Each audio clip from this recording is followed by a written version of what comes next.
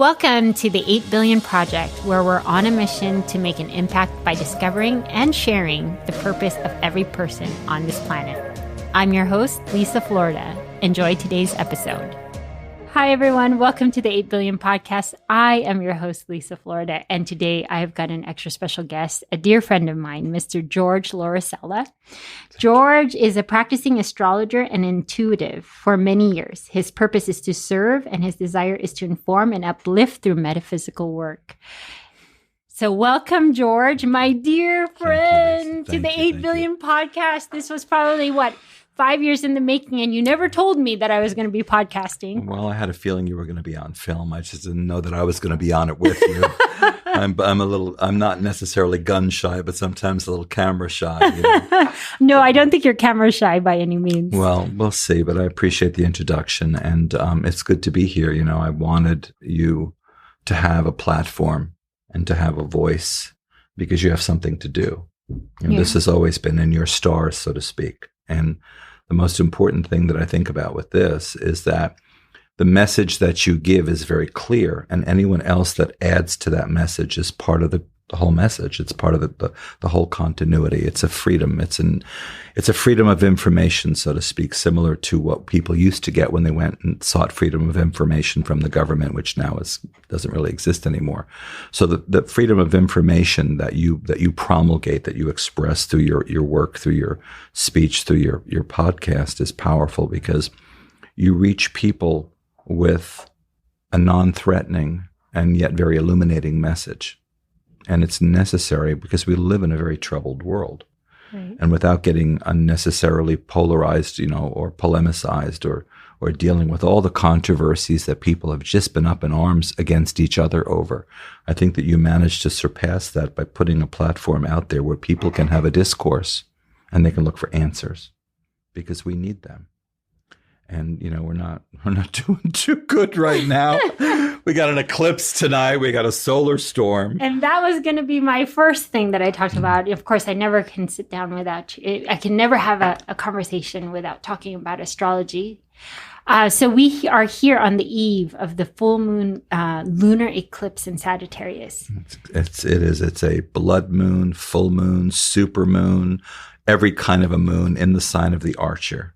And this is a continuation of the eclipse pattern that began last summer. I want to say like around June of 2020. And so you're looking at that reinstitution of the lockdown, and now they're looking to lift the lockdown. So it's kind of an interesting thing if you look at all the eclipse activity. When you deal with Sagittarius, you deal with seeking truth. And when you deal with Sagittarius, you look for in expanding your goals, not just physical or empirical, but spiritual. And, one of the things that these eclipses do, if you believe in that sort of a thing, is they close doors and they open doors. Absolutely. And this particular eclipse activity is powerful because when you have, if you look at eclipses, they come in cycles, astronomical cycles called Saros cycles. But astrologers take that, I believe, one step further, and they look at the patterns of how often this happens, because they take about 1,300 years to complete an astronomical eclipse pattern.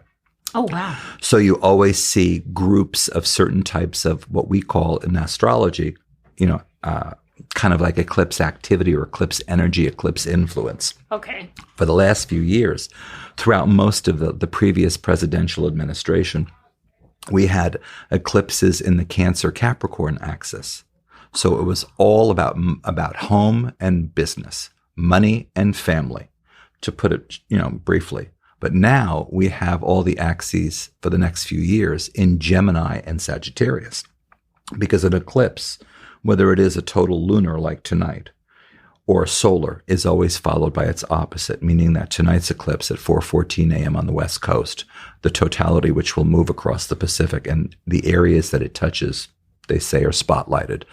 Oceania, Polynesia, New Zealand, Australia, Indonesia, Philippines, and China. And of course, the whole western coast of North America. And so, including California. But these eclipses are interesting because when you have a Gemini axis, meaning that tonight's eclipse is in Sagittarius, and so 2 weeks from now, we have a solar eclipse in Gemini. Correct. And that's going to be a very interesting one too, because all of these fall during that part of astrology known as Mercury retrograde, meaning that we're in the shadow of it. And all that means astronomically is that Earth will overtake planets at a certain time in the speed of its orbit, or other planets will overtake Earth. So the closest analogy would be you're on one train in the train station, and I'm on a train next door to you on a neighboring track. Okay. You start going one way, I start going the other. And as the trains, let's just say someone further down the compartment happens to look over and see someone in the other train. As they speed up, the person in one vantage point looks at the other train, and it almost looks like it's slowing down and stopping. Mm-hmm. It's totally an optical illusion, but it is known as retrogradation in astronomy. But in astrology, it opens up a whole can of worms, because you're looking at whatever energy or influence that planet is guided by or associated with. And Mercury, is communication. Mercury is all about this podcast, about print information, podcasts, TV, any kind of information, computers, not so much technology, but any type of spoken, written, implied word is all about communication. It's all about Mercury. So a lot of people are saying that this full moon lunar eclipse is about to bring out a lot of the truth. Does it represent? Could you explain that? And then we're also going into Mercury retrograde. Exactly. And there's that little bit of double whammy, because the Mercury tends to cloud the truth, mistake the truth, misalign the truth, or make you dig for the truth. And then what did you find? Did you find truth, or did you find a Cracker Jacks present? Is it real? Mm-hmm. The eclipse, absolutely, you're 100% right. This eclipse is one of the strongest indices of truth in a long time. Why? Because Sagittarius is the sign associated with ultimate truth. In other words, I don't know that there's such a thing as absolute truth, but if you know the last few years in corporate media and in politics, we've gotten used to truthiness.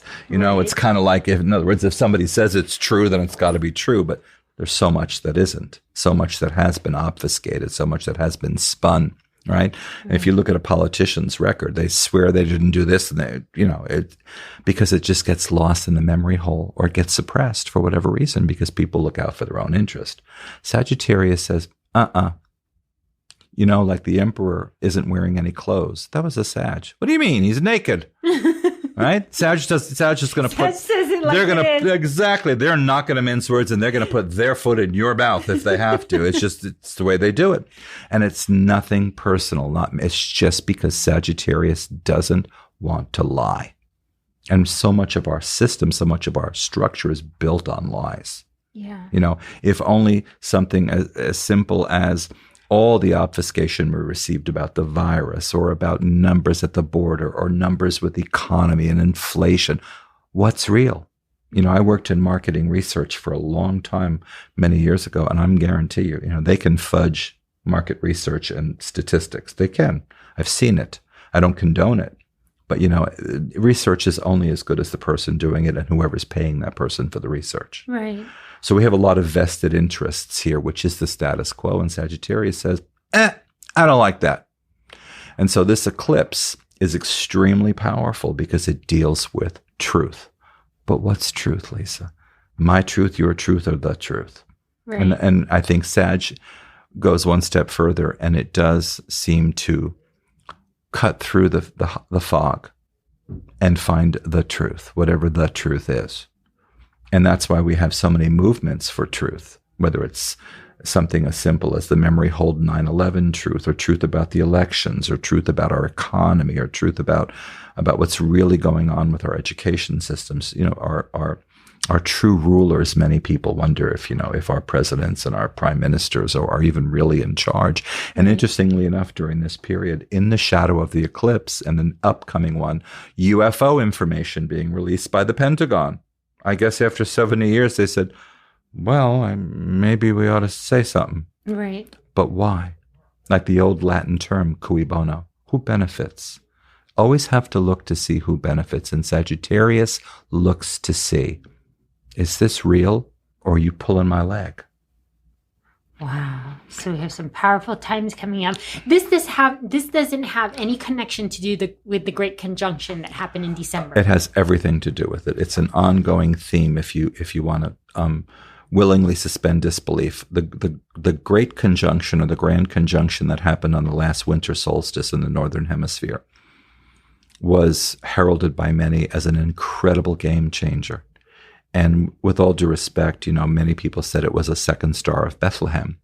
Well, as an astrologer, I'd say that can't be, because if there was a star of Bethlehem, as many believe, then it could not have been a Saturn-Jupiter, the two large planets, so to speak, that could have appeared as one star. It could be Venus, which is brighter, Jupiter, which is bright. But Saturn has a tendency to kind of rain on your parade. Right. Saturn is not commemorative of the birth of a figurative or literal savior. Saturn says, you didn't pay your taxes. You're getting a bill. Sorry, that's $29.93, and you only gave me $29.91. It's nothing personal. You have a neighbor's dog who barks. You throw a shoe at the neighbor's dog. 2 weeks later, you trip over a shoe. It's kind of cause and effect. Saturn is known as a greater malefic. It doesn't generally bring puppies and apple pie. Now Jupiter, on the other hand, brings ice cream, puppies, picnics, everything, roller coasters, horseback riding, surfing, whatever you want. Sag is fun. Let's go. Bring a backpack. So the two of them together, because Jupiter expands and Saturn contracts, don't cancel each other out, but they kind of act as a governor, like the old truck governors that wouldn't let you go past a certain mile per hour, like in a rental car truck. So you look at Jupiter and Saturn together, and you have this almost uneasy balance. Saturn says, oh no, and Jupiter says, oh yeah. And so they kind of sort of have to do something, compromise. And so how that affects this eclipse season and the rest of 2021, which everybody thought when the last president was voted out of office that it was like, this was like the second coming of Christ. Well, it hasn't been. Yeah. Because there's too much wrong with everything that not any one administration could fix in 4 years, let alone 40. But you've also got so many other things, because we're all interrelated. The world's been closed down, which is Saturn. The world wants to open up, which is Jupiter. Then you have the arguable strongest effect throughout 2021, which was the Saturn-Uranus square. And this eclipse activates that Saturn-Uranus square. So it's very similar to last summer, though. Yes, remember? Yes, exactly. And then that's when the BLM movement, what was it? 7 out of our 9 planets were in retrograde last summer. And what's important with that is to recognize, too, that these movements did not arise overnight, but they sure burst out onto on the scene, right? Right. And it could be because they're getting platformed. And one of the reasons why they're getting airtime or platform or coverage is because they, with all due respect, probably fit the narrative, because there are so many other causes that are important. And of course, Black Lives Matter and Antifa's desire to overthrow fascism. All of these are extremely important causes, in my opinion. I don't think there's any such thing as a lost cause. Right. But I really do believe that, women's rights, the pedophilia scandal, the churches, they're on and on and on and on. The whole Ghislaine Maxwell, where's she been? I guess she's in jail, but we haven't heard much.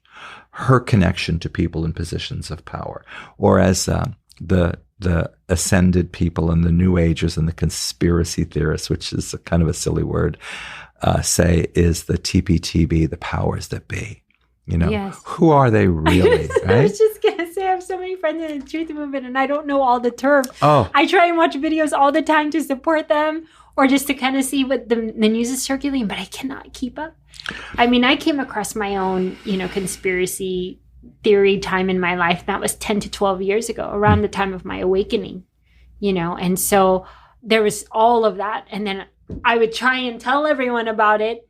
And then all of a sudden I was looked at like I was crazy. So I kind of, and that's when I understood in my spiritual awakening that everyone has their journey at their own exact time, that I can't sit here till I'm blue in the face to say certain things. And that's the beauty of life, right? But another thing too, George, I was just going to say, you and I have been friends for so many years. You were even telling me in 2019, be ready for 2020. Was that because of the astrological? Do you believe that a lot of that had to do with the astrological aspects that you were seeing? I mean, yes, I actually, a confession, that's the major part of it. But I went to school at UCI a long time ago, and I had a friend who was an exchange student in South Africa for 2 years rather than one.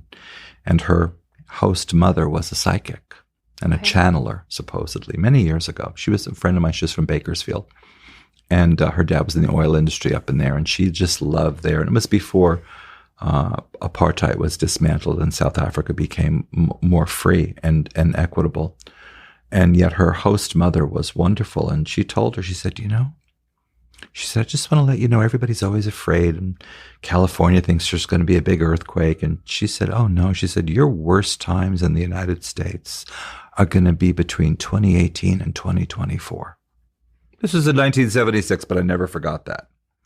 So when I looked at the astrological, the information about what was upcoming, if you remember, I ran away to Santa Fe. I figured I was above 6,000 feet, up in the mountain. Did you do that because of that? Well, that was one of the reasons I ran to New Mexico. And it's not so much that I was afraid. I just didn't want to be in the middle of everything, because I had a feeling that all heck, if we can say that, all was going to break loose. Uh-huh.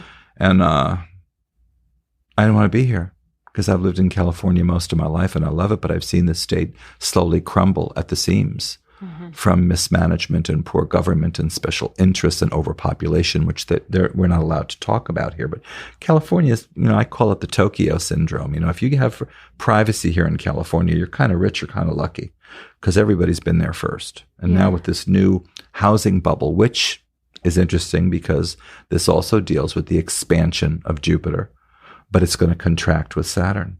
What goes up has to come down. But yeah, I ran away and I got pulled back at an eclipse 2 years ago. Literally. It was like somebody took that and just reeled me in like I was a marlin in Cabo. I was so happy when you came back. Somebody fished for me off of Cabo and just like pulled me right back into the boat. And I came home.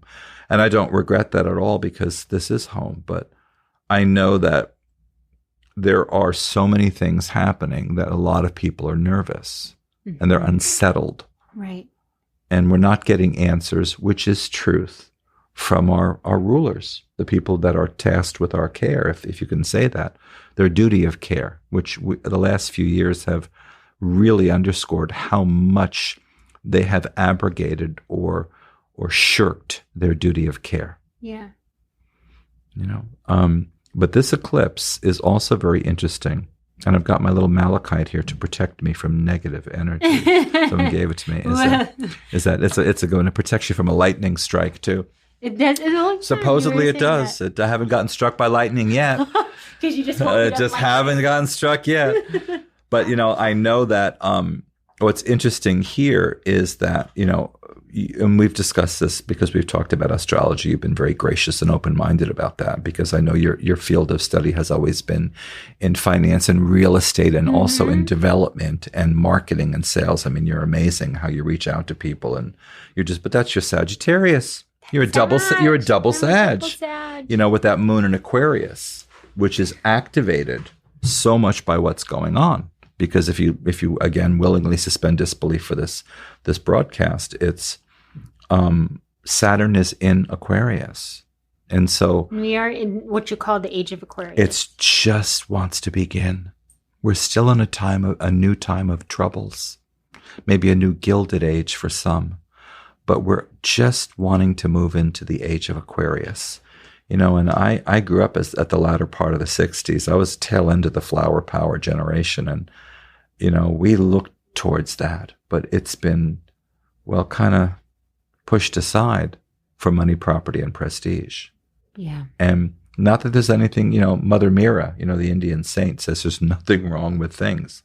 She said, want everything. Want big cash, big prizes. Just remember that everything is nothing. And she's a Capricorn, so she knows, finances and solidities and structures. That was the last time of the age of the Aquarius. But also through that was born what? Apple? Well, yeah. I mean, when we had Saturn in Aquarius last time, we had major revolutionary breakthroughs in technology. And interesting, there are those who believe that a lot of our technological breakthroughs with information technology and AI got a little bit of help. And that's why this whole new supposed UAP, unidentified aerial phenomena is what they call it. It's a UFO. Everybody's waiting with bated breath but what are they going to say?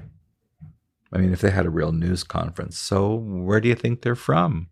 Mars? It's like, they're not going to say that. I mean, if they do, you have to look at this and say, where have all these technological breakthroughs come from? I'm not saying that they dropped from the stars, but, there's been an awful lot of money. I don't know that it's just about luck. It's not like discovering penicillin on bread mold. Right. This is a little different. And we've had major technological, look, they rolled out a messenger RNA vaccine or inoculation in a year. Yeah. This is not something that they just, let's look at. This isn't like Star Trek or some other show where they're dying from a disease and in 45 minutes they find the cure. Right. Seems like 45 minutes. I know. They're still looking for a cure for HIV. Fauci was working on that years ago.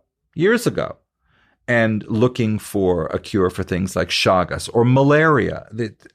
But all of a sudden, God bless them, they found these miraculous, if you will, inoculations and vaccinations, whether it's the viral vector Johnson & Johnson, whether it's the messenger RNA, I think it's Pfizer, AstraZeneca, Moderna. Mm-hmm. I think the Russians have a viral vector one-shot jab. I think that's the Sputnik. We're not going to, nobody would get that here because I guess Russia is not welcome here for whatever reason.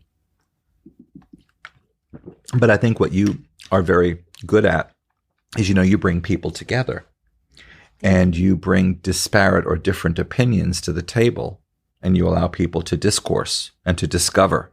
Absolutely. And you don't have it's not that you don't have any opinion, you have no prejudice. I don't have a prejudice. I give everyone the open. What I always say is I hold space for you to be able to share your story or to share whatever subject matter that you want. Because I'm sure, everyone loves to hear about this. I've had everything from book authors to speakers to, it's everything, community leaders. And of course, now my good friend and astrologer. A crazy conspiracy theorist astrologer. But yeah, but that's your moon in Aquarius, Lisa. Fair, impartial. Like a movie star, don't get too close, don't get too far, And that Sagittarius, because you're a double Sag, that double, you're a Sag sun and rising with an Aquarius moon. That's very gifted in the astrological realm because it gives you a double push for truth and a double push for fairness. And you like to stir up the pot from time to time. So I call my good friend George up and get him on a podcast. It's why people in business structures have been threatened by you oftentimes, not just in a patriarchal society, but they've been a little threatened because you don't toe the line. You ask questions. They don't like that. They want you to shut up, and do, like that South Park episode, nothing to see here, folks, what the cop always says, right? But you always see. And, I think part of this is the gift of your upbringing with your mother and your dad who absolutely, in my opinion, gave you the gift of an open mind. Yeah. No contempt prior to investigation, which is a wonderful mantra because then you don't rule anything out. If it makes it easier, if it makes life better, don't throw it out, with the bathwater. Absolutely. And astrologically, we're moving into a period now with Jupiter has just gone back into Pisces. And Pisces is good for you. It's actually the traditional historical ruler of Jupiter before I think Jupiter was discovered or Neptune was discovered. The ancients knew about it, but I guess they weren't really looking through telescopes. But Neptune and Jupiter are close. They're considered higher octaves.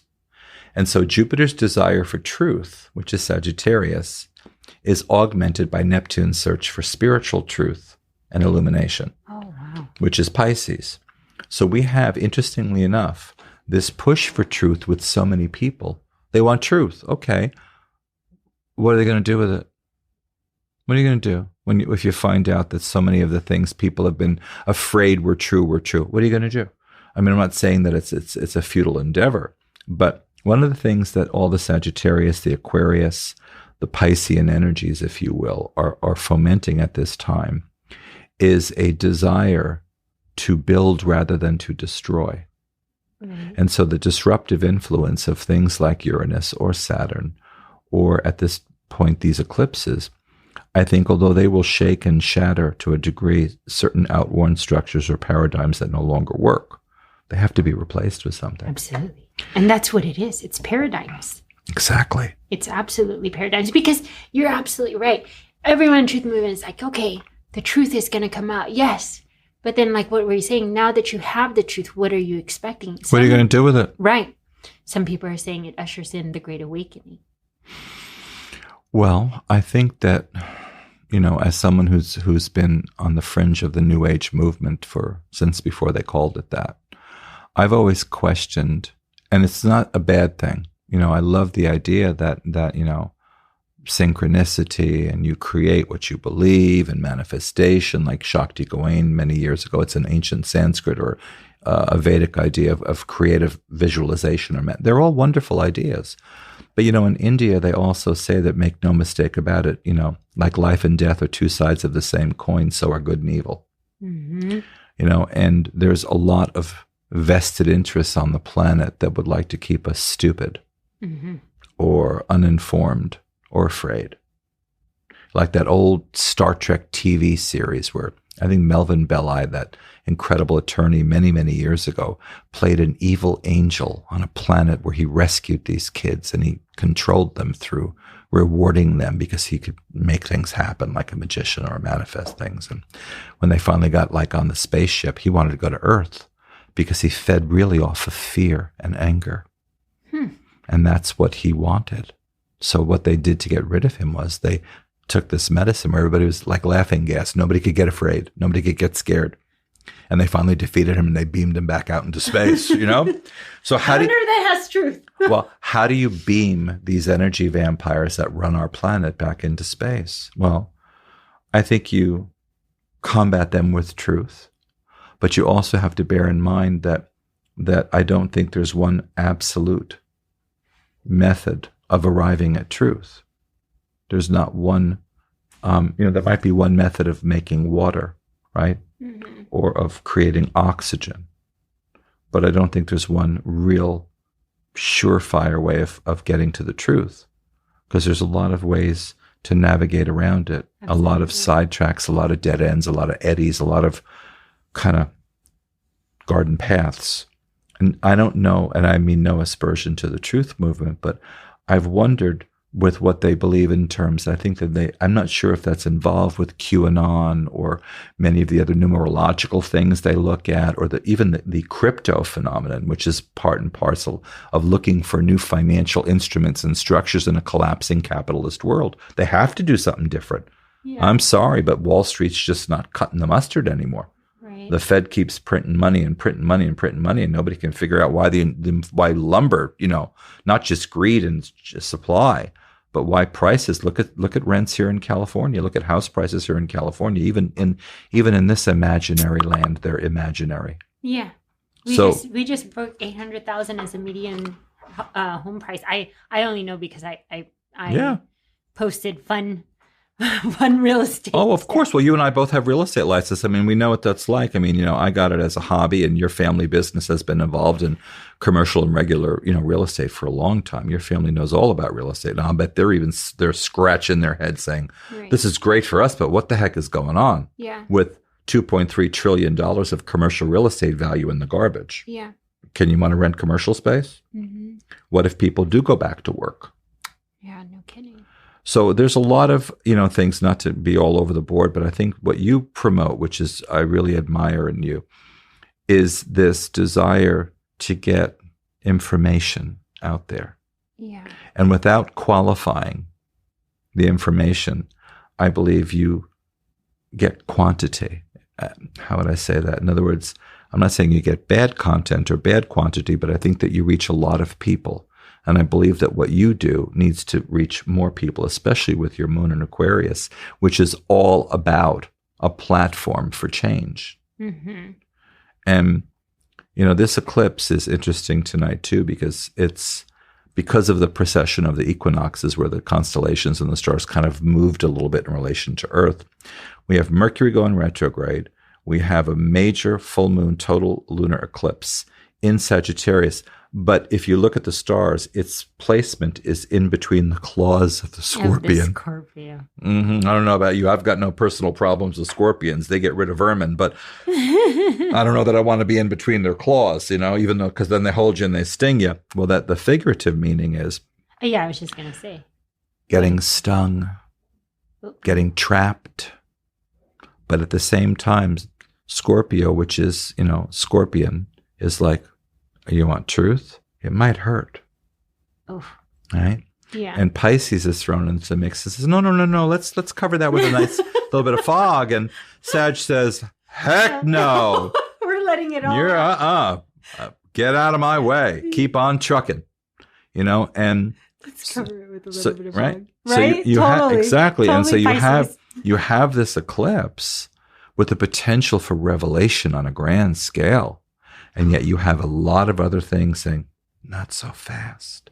Or, yeah, you want to believe that? Here, you want to buy a bridge in Brooklyn too? Go ahead, I'll sell you two. So you have a lot of potential for deception. Yes. And illusion or self-denial, self-delusion in this push to want to find some answers when so much information is withheld. Right. And therein lies, I think, the absolute most important thing about Sagittarius in a figurative astrological way. It's the constellation of the Archer, the Centaur, the guardian angel to those who believe in angels. And this is something, in German, I think Sag is der Schütze, and the guardian angel is der Schütze-Engel. Yeah. So you're looking at, we all kind of we want somebody to protect us because our own systems can no longer protect us. If you defund the police, you're going to get a social worker for somebody breaking into your house. If you walk through LA or Portland or New York right now, it's more dangerous than it's ever been. For whatever reason, you can blame systemic racism. You can blame the collapsing economy, the homeless, many of whom are mentally ill or unfortunately substance addicted. And whatever it is, it's not easy. This poor woman whose child was shot on the freeway in Orange County, I guess she pissed somebody off in the carpool lane right over. And he shot and killed her poor kid. Right. So there's a lot of madness, and we want protection. And believe it or not, archetypally, Sagittarius is protection. Yeah. Wherever it is in a chart or in the stars and in tonight, whatever happens, we have an element of that little pat on the back that says, it's okay. It's going to be okay. We'll get through this. Not to mention, we have an extreme earthquake window tonight, tomorrow, and Thursday, of course. Any day is a good day for an earthquake on the West Coast, but everybody's been having them but us. They got them in Texas. They got them in Oklahoma. They got them in Arizona. They got them in the Arctic. They got them everywhere. I was just going to say, I was just talking to someone just last week, and then she was talking about all of that, the activity that's going on the East Coast. And there's a name for it. I forget. Interplate movement, or the craton. Mm-hmm. Yes. And then it was supposedly on a larger scale. If it goes the other way, it could literally flood most of the world, you know what I mean? And then you're also experiencing the flooding that's going on in China. Well, and we also have bizarre weather. And I don't know if you've heard of the coronal mass ejections. I believe we are in a sunspot cycle. I want to say it's 25. Because, they name them just like they categorize eclipses or certain types of solar or other type of meteorological or cosmological phenomena, is that we have entered a solar cycle where the sun is waking up. Instead of not many sunspots, there's been more. And then there's always the potential for solar flares, as also cosmic rays have increased. We just seem to be moving into a part of the galaxy where there's more cosmic rays. And cosmic rays have been linked to increased cloudiness or lightning strikes or weather anomalies. Now, of course, anthropogenic man-made global warming, I do believe exists, but I think there's a lot of other things going on with it, because you also look at other planets like Jupiter and Mars have been waking up, yeah, and warming up, Yeah. I don't think they've got an In-N-Out burger on Mars. I don't know if they're pumping CO2 into Mars atmosphere yet, but I'm sure Elon Musk will look to have an In-N-Out burger on Mars. But this is a plug for In-N-Out burger, right? But, or Elon Musk, right? Or Elon Musk. Thank you. Yeah, but I am. And he moved to Texas, and Jeff Bezos is hollowing out a mountain in Texas where there's been an enormous amount of earthquake activity. And, I've tried, I cannot find a word about it on any sites that I look at, even that deal with seismic, instability or aberration, nothing. If you look at West Texas, a little northeast of El Paso and south of Carlsbad Caverns in Roswell, New Mexico, they hope they're fracking, because there are so many earthquakes. I'd almost think there was a volcano forming. I think that's movement from hollowing out the mountain in the spaceport that Bezos is building there, because he owns all that land and there's no people there. South of Carlsbad Caverns in like the far west corner of Texas between El Paso and Midland, Odessa, which is the oil fields. And but there's been a lot of anomalous, unusual earthquake activity in West Africa and Gabon, in places like the Arctic and north of Quebec, in places like Oklahoma, and interestingly also they have had a couple of serious volcanic eruptions, like the one in the Congo 2 days ago, Nyiragongo, which is a huge stratovolcano in eastern Congo, just like they had to evacuate a city of 2 million people. That wasn't easy. Right. And now they're having earthquakes in Gisenyi on the border of Rwanda, where they had the genocide many years ago. There's always been so many problems in that area. In one of the largest and most beautiful lakes in Africa, Lake Kivu, which is also in danger of turning over and releasing carbon dioxide. How do you know so much, George? Did you come here from a different planet with all this information? Come on, like I could bear. But I always, whenever I talk to you, an audience, I just want to let you know this. Like, George and I are such good friends. But whenever I go see George and I listen like a little girl, like of all the astrology stories and the cosmos and all that kind of stuff, all of that stuff. All my useless information that I appreciate you listening to. It's never useless information. You wouldn't be sitting here today if it was useless. Thank you. Going back to what we were talking about, right? Mm-hmm. Like if this, aspect will bring out the truth, and all the truth seekers and conspiracy theories are like, yes. When you say, like, hypothetically speaking, if it does get released, then what, right? Well, because, and it's most in the deepest level of everything. I always found that in my journey, and of course this isn't, everyone has their own spiritual journey or, journey, so to speak, whether it's spiritual or not. A lot of it can be found, the shift truly and the awakening truly happens, in my eyes, from within. That's the true paradigm shift, because that's where you actually find the freedom. And that, my friend, is what a Sagittarius would say. Well, that's the philosophical nature of Sagittarius, and what astrologers would say is your gift of discernment, and at times your gift of prophecy. And Sag is nothing if not pragmatically truthful, right, and no nonsense honest. And yes, I do believe that truth is coming out. I think it's kind of like water out of a dam or a leaking container. I don't think it can completely be contained. In Tibet, they say, there's a bright light within a vase. Mm-hmm. You shatter the vase and the light shines unobstructed. I think the vase is being shattered. And I think that even if, they say it only takes a certain point. I think it was the controversial psychiatrist, Dr. Hawkins, used to say that, 83 to 85% of the world's population was asleep or, surviving. And that only, 15 to 17% was moving and growing. But even if only 15 to 17% of the world's population, you're looking at well over 800 million people, believe that there is some truth, believe that we've been lied to, we've been manipulated, it could reach a tipping point, because our systems only survive because we support them. Mm-hmm. And if you stop supporting a system that doesn't honor life or doesn't support life, that controls and represses rather than nurtures, not to be, oh, gee, wonderful, because life is not easy for a lot of people. We sit here in one of the most beautiful parts of the world where nobody really understands need, only want, only desire, to a place where you got to walk 2 miles with a jug on your head to get water. Absolutely. And you having spent time in the third world, and as beautiful as it is, and you spent time in the Philippines, and it's absolutely gorgeous. The people are wonderful, but they make do with a lot less than we do. Absolutely. And they don't seem as miserable. Right. It's true. And I've lived in South America and almost moved to India and South Africa. And let me tell you something, it used to break my heart to see how little those people are. But you can't save everybody, but you can educate everybody. And if you educate everybody like you do, and you educate people, you teach them to think for themselves, then they can fend for themselves. Right. And they can also make decisions for themselves and say, does this have validity? Does it not? And one of the things about the truth movement that I respect is it does force that question into the open.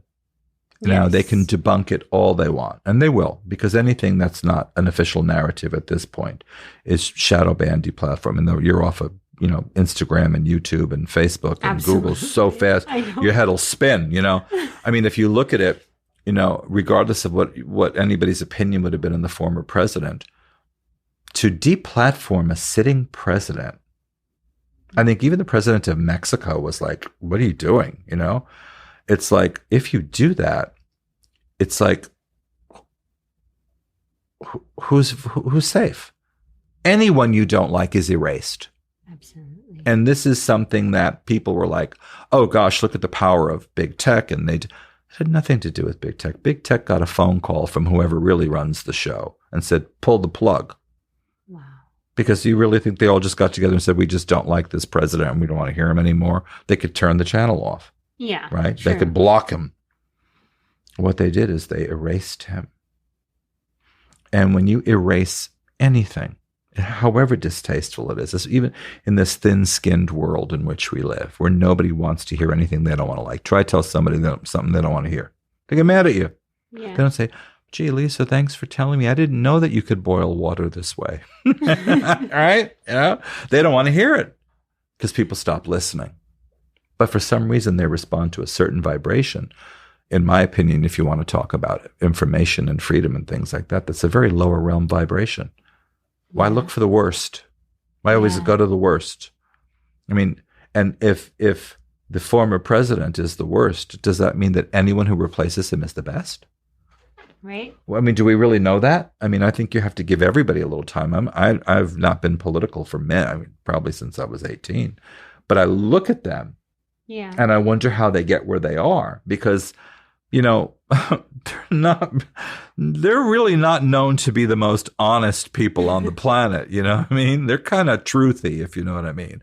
I think they're better actors than they are politicians. That's why I wasn't shocked. I think some people have told me they're actors. Yeah. Not really. Yeah, I really wasn't shocked, to see when Schwarzenegger. I was like, they are? How are they exactly. that? I was like, I need to get you on my podcast. Listen, so you could tell me. My poor Italian grandmother never believed that wrestling was fake. Right. She just didn't want to believe it. And listen, and that's it. We don't believe what is too much for us to get around. People just want to be happy. They want to survive. They want to feed their kids. They want to buy a house. They want to travel. They want to go to Hawaii.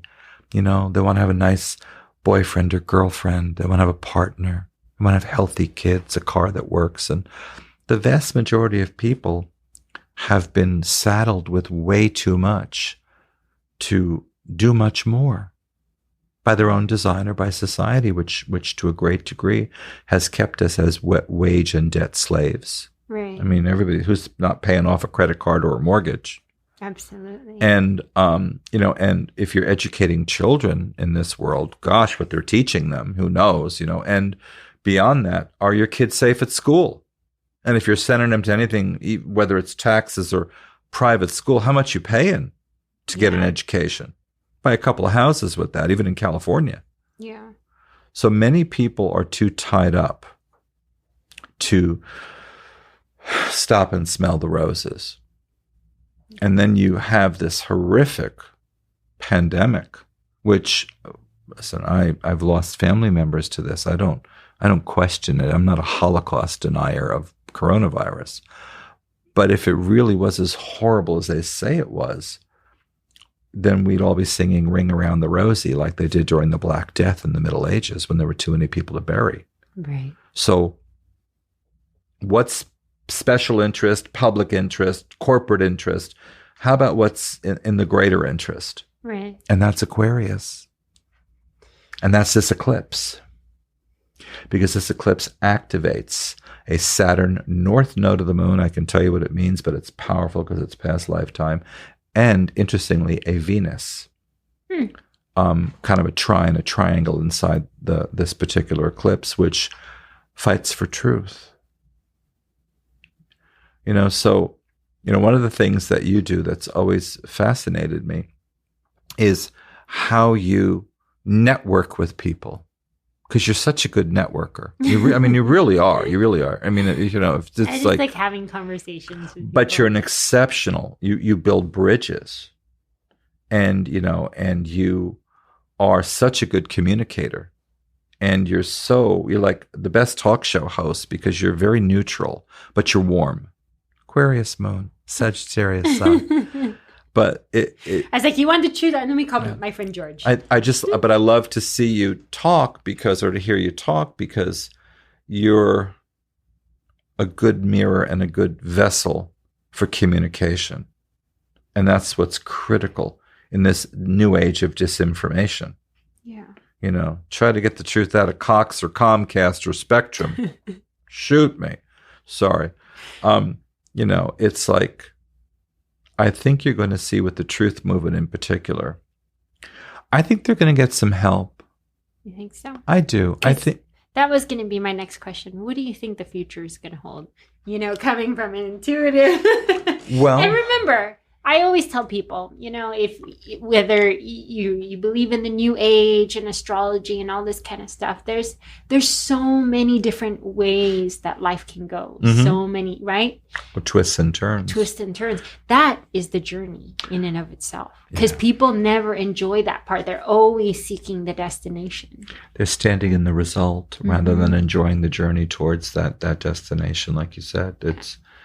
Well, if we are willingly suspending our disbelief still, the Pleiadians, the supposed intelligent beings that are humanoid from the Pleiades, I wonder if this report in June will mention them, that have been around for whatever, if they're to be believed as being true space brothers and sisters. They say that this is a free will universe and everything is permitted. And they said that's why you have oppression and repression and suppression and all these things, because it's free will. Yeah. But they also say, do you really think that such a beautiful piece of real estate like Earth has gone unvisited all these years? I think that's kind of funny the way they supposedly talk. They said that there's dark T-shirts too that are beings that are not related to you and may try to say they are, like the supposed Greys, the reticulans from the Betty and Barney Hill incident of the 60s, and supposed part of the abduction phenomena that the famous late psychiatrist Dr. John Mack happened accidentally across with the Harare, the Zimbabwe, the Rufo school visit, I think like 30 years ago, where like 60 school kids almost got abducted.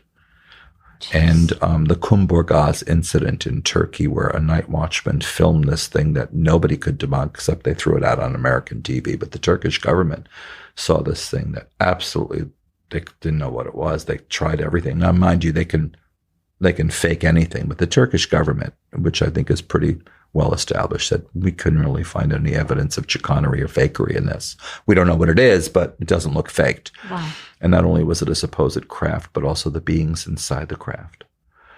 So what's going to happen? I think they're going to announce contact. I don't know what it's going to be. What's going to happen? We're going to have some more solar storms, and we may have grid problems. We're going to have definitely internet or electrical grid problems. Maybe not all at once, but yesterday, the first coronal mass ejection, which was a minor one, it was a solar flare, hit Australia, which tends to be a little more conductive for magnetic events and geomagnetic events. And whether it's happened or not, it's an interesting coincidence. The largest power plant in Queensland exploded and caught fire, maybe from a surge, and knocked out power to over 500,000 Australians. And as of today, I think only half have their power back. One of the largest power outages ever. Major damage to the power station. And that's something that a coronal mass ejection can cause. It fried telegraph wires in the 1850s during the Carrington event.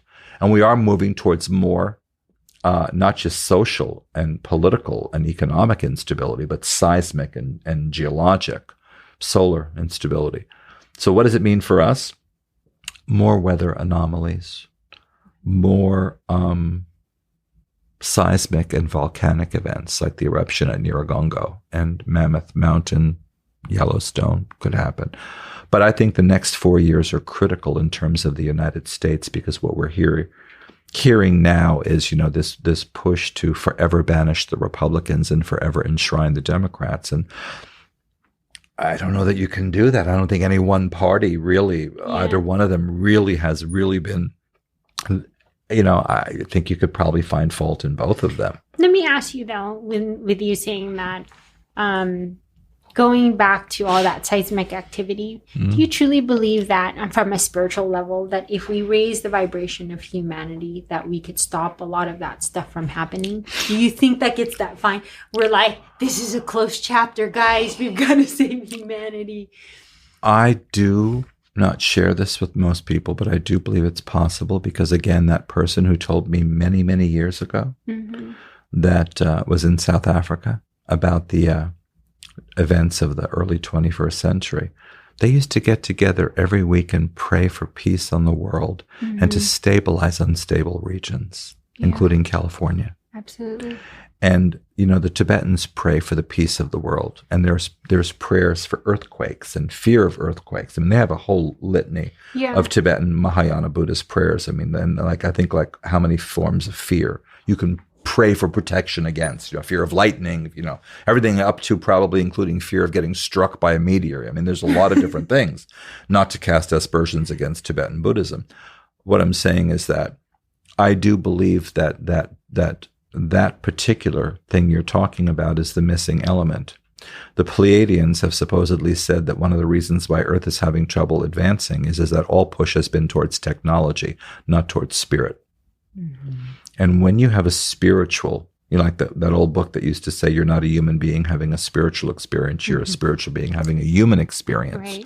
That one of the things that has divided us and just polarized us, whether it's racial or ethnic and, just everybody hating everybody, is that we have to accept we're all the same.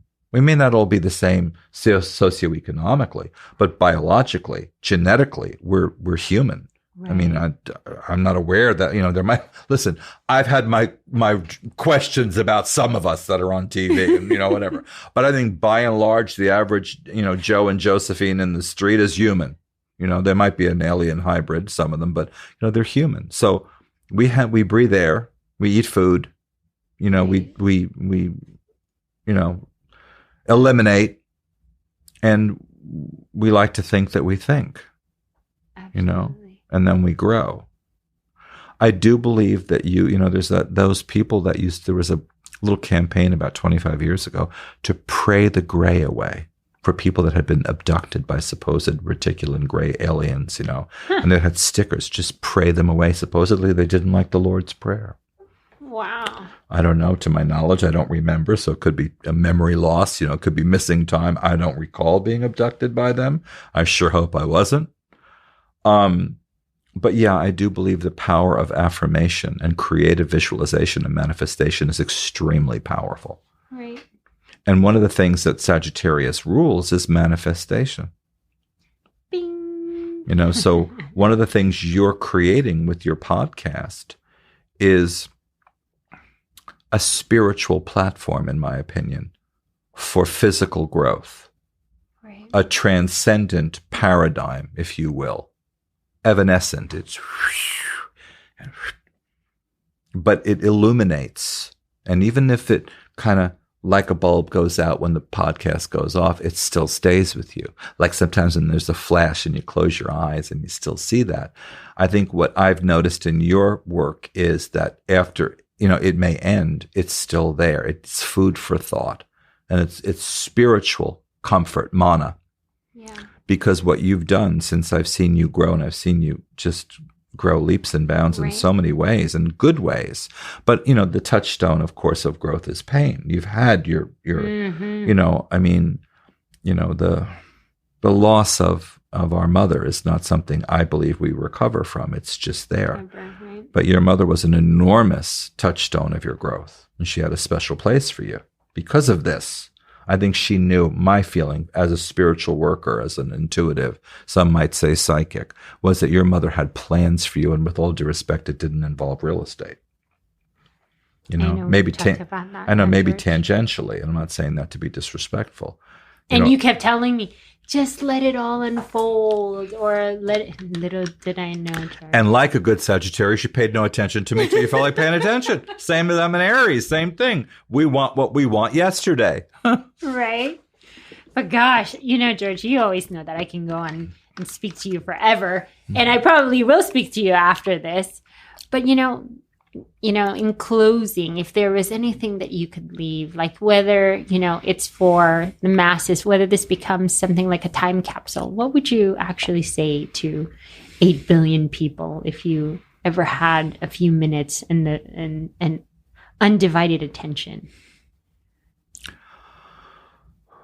I would say that there is hope and that there is a future. And like the ancient saying of birth, growth, decay, death, and rebirth, we may be dying in many ways, but that is in preparation for rebirth. So never give up. Always question. Always look for answers. And never, ever, ever, ever close your mind. Amazing. I know, I just came across something with Stephen Hawking. That's what he said. As long as there's life, there is hope. Yep. I mean, that was the tail end of it.